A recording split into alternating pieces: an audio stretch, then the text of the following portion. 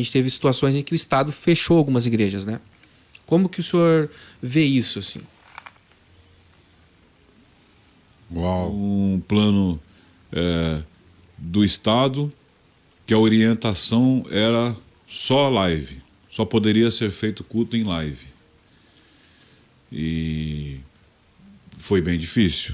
Nós passamos 4 meses, quase 5 meses com o templo fechado.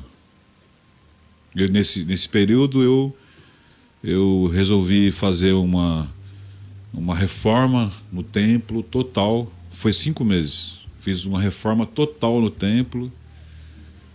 Precisei me reinventar. Eu busquei vários caminhos para atender a igreja.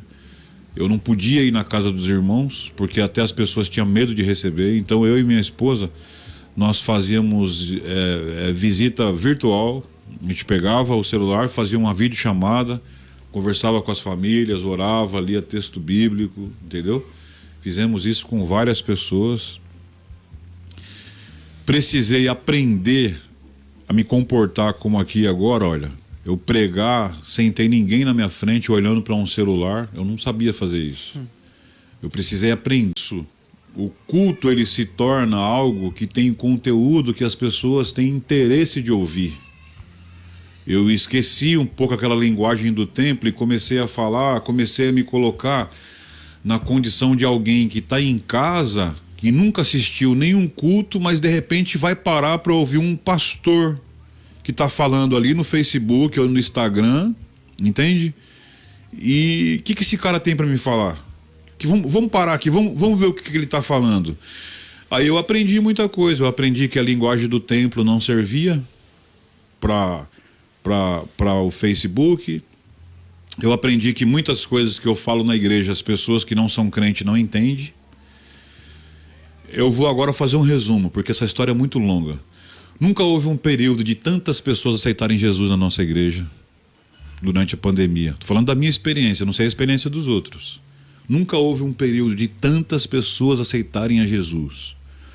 Nunca houve um período de eu ganhar tantas almas para Jesus, e principalmente em outros estados. E eu tenho gente que está congregando hoje, que estão membros de igreja, que já se batizaram, que nunca me viram pessoalmente. Benção. Que legal. E que isso aconteceu durante a pandemia. Nunca houve um período em que a nossa igreja teve um crescimento financeiro tão exponencial. A nossa receita ela aumentou em 30%, 40% durante a pandemia. Que bênção. E aí qual é o aprendizado? O aprendizado é que a igreja ela não se limita nas 4 paredes. Isso não é igreja. É só uma extensão. É muito difícil falar sobre essas coisas. Você fez uma pergunta muito complexa, porque tem pastores que fatalmente não ficariam satisfeitos de ouvir o que eu estou dizendo aqui agora. Mas muita gente aprendeu que o evangelho está além do templo. E que o homem em si, ele não tem poder de parar a igreja. Não, com certeza. O governador não tem poder de parar a igreja. O prefeito não tem o poder de parar a igreja, porque a igreja não é o templo. O templo ele é o resultado da igreja. A igreja somos nós. Então, quem era dizimista, quem era ofertante, quem era contribuinte, quem era adorador, quem é de Jesus, quem é de ia, quem sempre foi cooperador, cooperou.